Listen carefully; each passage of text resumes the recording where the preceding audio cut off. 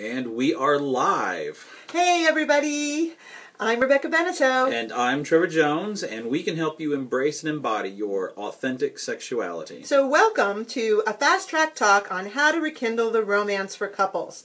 If you're watching us for the first time and you don't already know, we are sex, kink, and intimacy coaches, the world's foremost authorities on authentic sexuality. And how we do that, we're located here in beautiful Asheville, North Carolina, and we lead workshops. We also coach individuals, couples, and groups in person and over Skype. A couple of quick shout-outs. Hi, Martin. Hi, Jessica. Hi, Michael. We got people coming in from New York, Asheville, and beyond. And Are you ready? Philadelphia. Hi, Philly.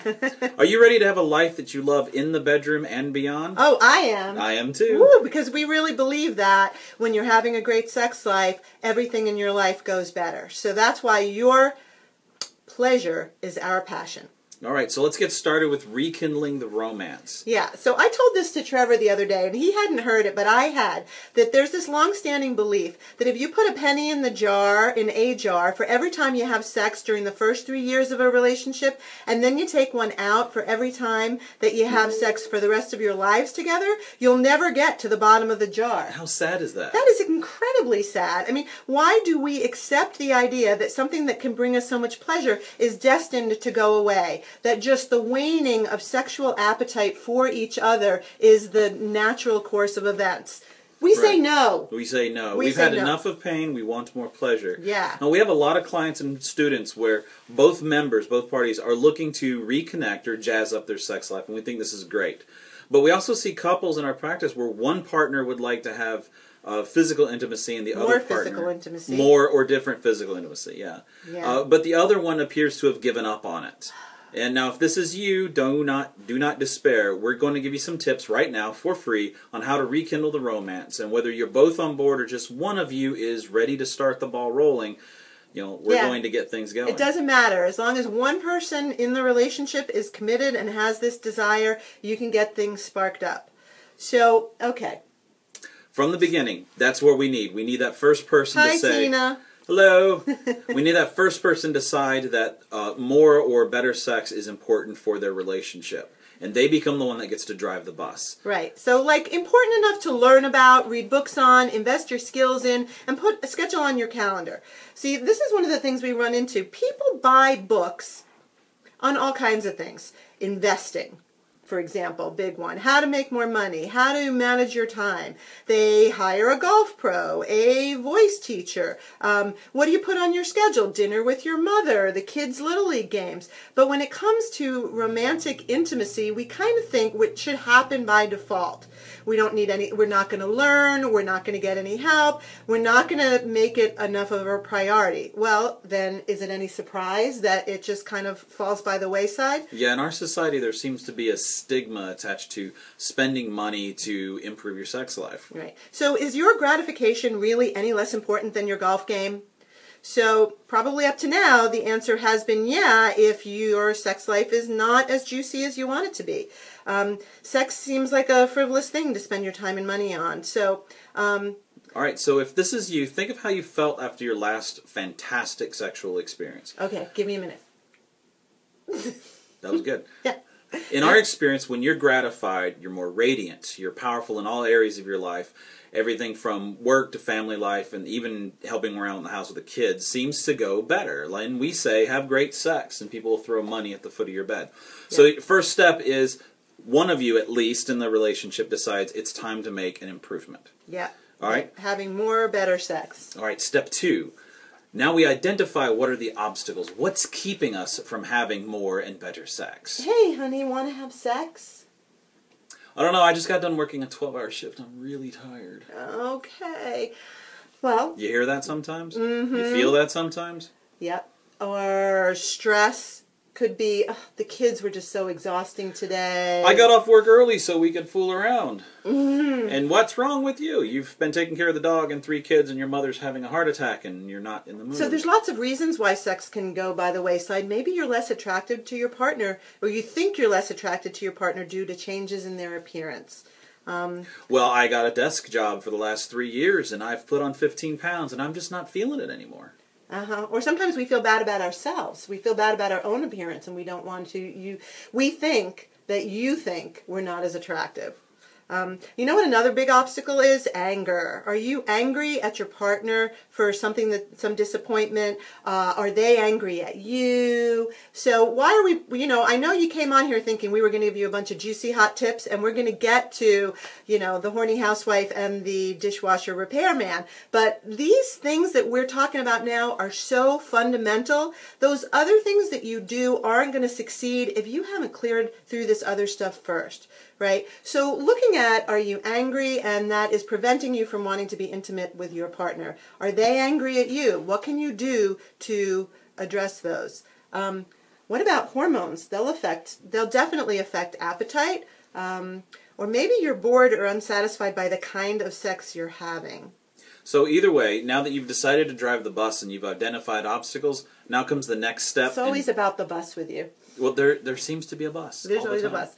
Next, it's time to communicate. You want to bring your partner along on this trip, so it's time to communicate all these things that you're feeling, that you're thinking, the obstacles that you've identified, and it's time to make this a collaborative effort. Right. So if the antidote to the not enough sex virus is going to be different depending on the cause. So if you're communicating and you know what the cause is, you can begin to address it. And one of the things that happens when we're together for a long time with a partner is we begin to make assumptions, and we write our partner's stories. And we think we know what they like because it used to work. And we stop being curious. And as we change, as our bodies change, we change. What turned me on last month might not turn me on now. Right. So if you're falling into this, you're suffering from the rut. And the rut is basically when you fall into a pattern either because it used to work or because it doesn't rock the status quo.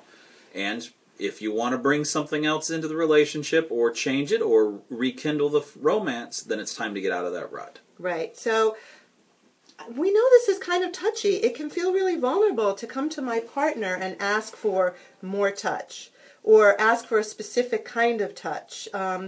If we ask them why they don't want more sex, they might say something, we risk hearing something that might hurt our feelings. I mean, that's the whole thing about being vulnerable. You're risking your feelings. Yeah, and we also don't want to hurt their feelings. Like if I say, now what really lights me up is more cuddle time before we jump right into it. I know I used to be, come on, rough and ready, as soon as you want it, I'm ready too. But now I'm older. I take a little bit more time warming up, and I need to ask for that. You can't expect them to know what you want.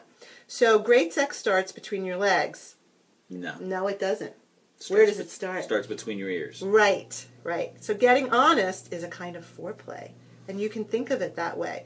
We're actually going to encourage you to redefine what sex is. Sex isn't just that moment when part A sticks into part B. No, it's the moment where you start having the conversation of,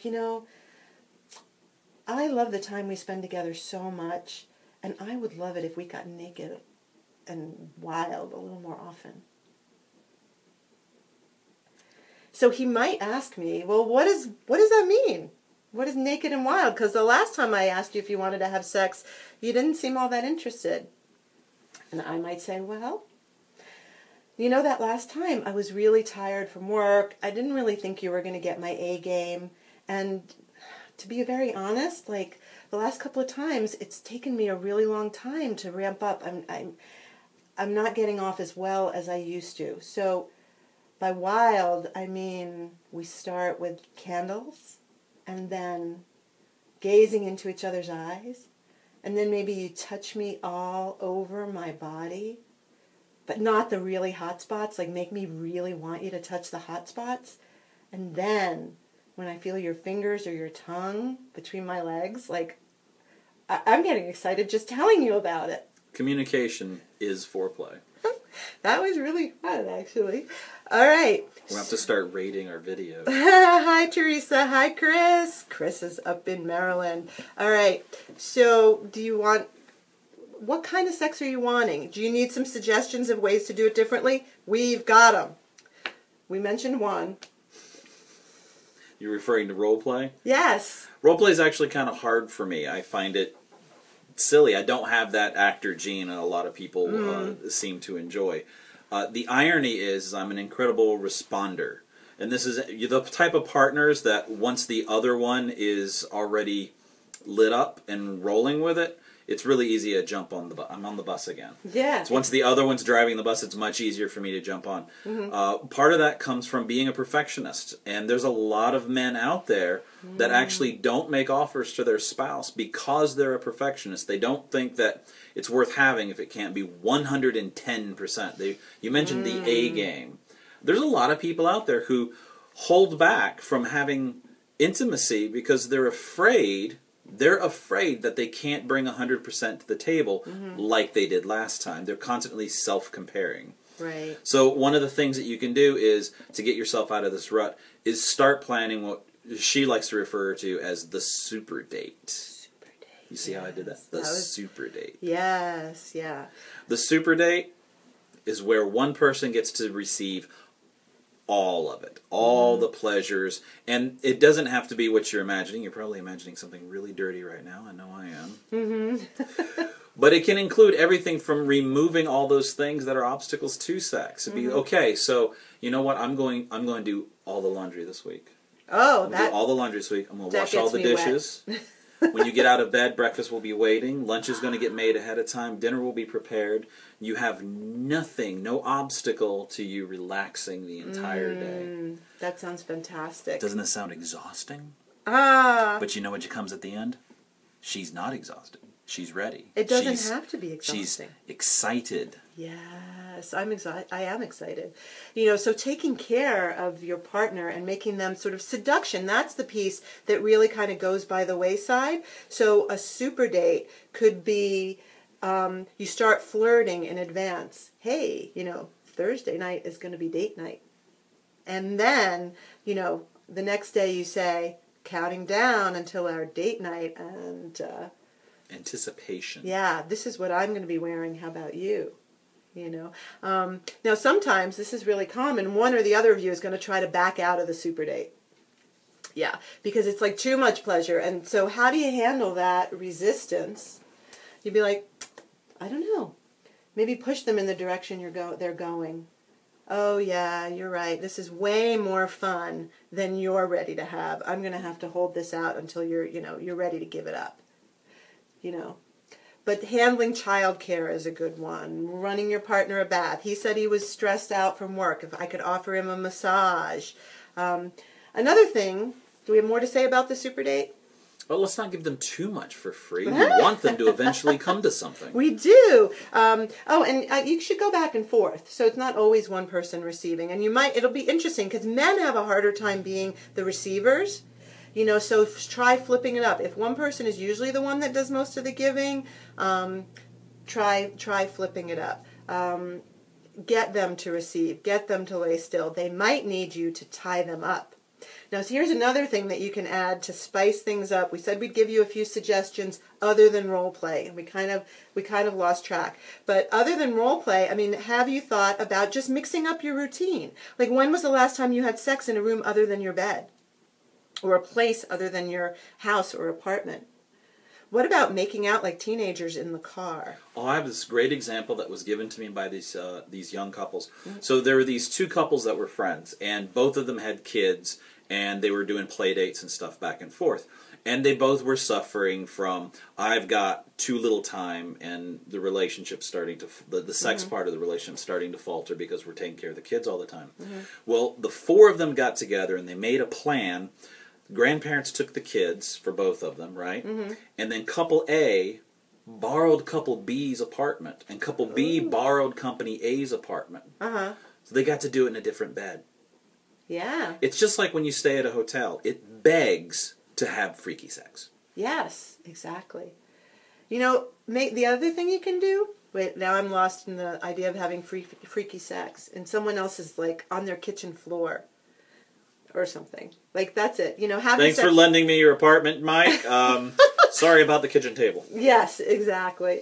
Another thing that you can do is create more excuses for intimacy. Like we said, all of this can be foreplay.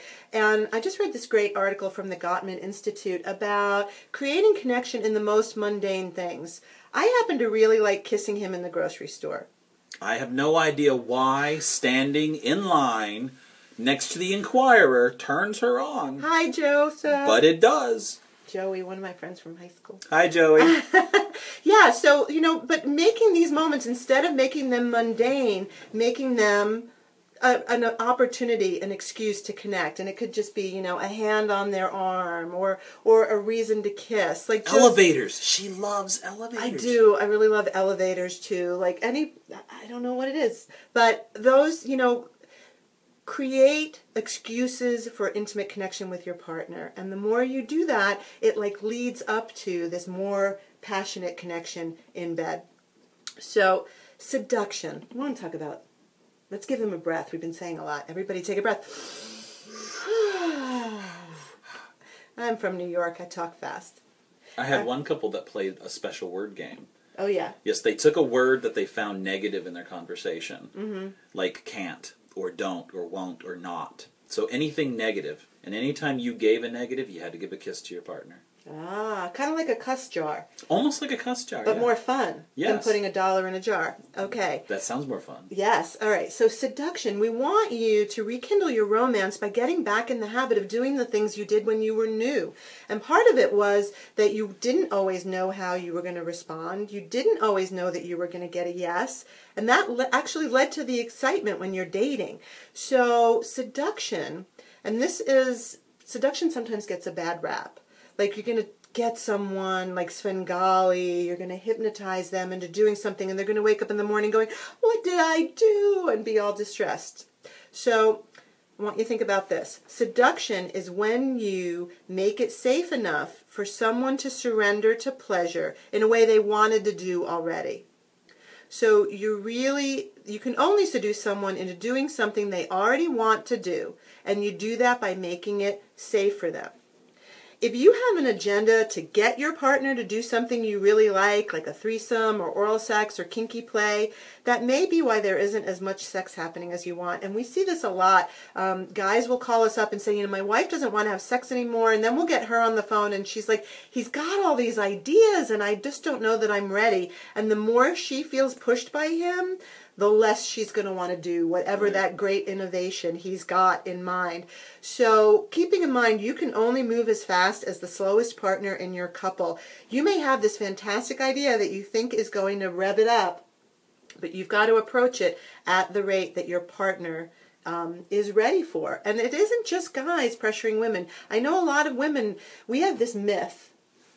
I'm just going off here. Interrupt me anytime. No, you're on track. Okay, so we have this myth that men are sexually insatiable. Guys, you might not know this, but this is one of the things women believe, is that guys are sexually insatiable. And I know now from experience that they're not, that they are tired, particularly if you're polyamorous. They might have been with another partner the night before. Men always want to give you their A game. There are lots of reasons why testosterone drops. They might not want to have sex. And women, we take it really personally when they're not available. So let's get rid of this idea that men are sexually insatiable. We want to get rid of the idea that women are withholding. And just get back into this idea of, honey, I really want to do this thing with you, and how can I get you there? Let's talk about conceptual thought for a minute. Okay. With the kinky and the threesomes and the... Okay, but we got to stay on track. So quick, conceptual thought. Conceptual thought. We can talk about it as planning. It'll come up. All right. So we got all those 3 steps. Decide that one of you wants better or more sex. Right. It's decide to make a change. Then it's identify what's keeping you from it. Then it's communicate with your partner your desires and what the obstacles are. And the 4th step is to plan and collaborate. And this is where both of you need to be putting in. This is a collaboration, not compromising, collaborating. Yeah. So most of us just try to get into relationships and have it grow organically by default. So we're suggesting that you create what it is who you desire to be, what you want to get out of the relationship, and what that looks like. And if there's some sexual activity that you want to start incorporating, make a conscious decision about how you can have that happen. And when I talked about conceptual thought, maybe one person isn't ready for a threesome, but your body doesn't know the difference between actually having the third person in the bed, believe it or not, or thinking about it. So you can think about it, you can talk about it, you can look at pictures of people and go, what would it be like if they were in the bed with us? There are lots of ways that you can incorporate juicy elements to kindle and spark up the passion without tripping up against your societal conditioning or the values that you may have in your relationship, like monogamy. Yeah, I was going to say we had one couple clients that he made suggestions, and opening up the relationship was one of them. And immediately his partner jumped ahead to, okay, so we open it up, so then we have these things, then you fall in love with the other person, and then I don't get any sex, I don't get any intimacy, I lose the relationship I have, and then you leave me, and then I lose the house, and I lose the kids. All within moments of him making the, I have an idea. Talk about an obstacle. So this is what we mean by planning and collaborating together. It's to acknowledge you have these thoughts and you have these feelings. Let's talk about them. Let's look at how these plans can aid us. There is nothing, I've been told, nothing wrong with thinking these thoughts. Right. And so in practice, I don't think there is. We think it's absolutely possible for the best sex of your life to be before you, not behind you. And if you really want some help getting your couple, your relationship into new stages of sexuality, we have a couple of resources. I'm going to tell you about them real quick.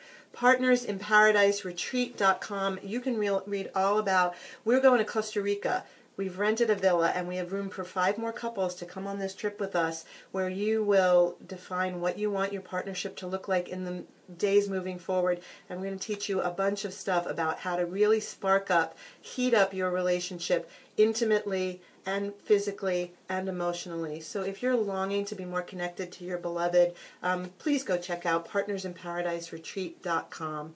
Now that's in March of 2017. Yep. But right around the corner, we have other opportunities for you to do something very similar. We have Pillow Talk, the art of sexual communication. These are day-long workshops, and you and your partner can get together and learn a variety of techniques and skills that will improve your relationship. And we also do one-on-one coaching, and we do special couples intensive weekends. So go to PleasureEvolution.com, check us out, subscribe to our mailing list, go to the Pleasure Evolution page, like our group, and we just loved spending this time with you. See, this teaching is one of the things that's foreplay for us as a couple that loves together and works together. So we hope you've given you some great tips. We look forward to hearing about how hot and steamy things get in your couples. Drop us a line at PleasureEvolution.com, PartnersInParadiseRetreat.com. Until we see you again. Stay sexy.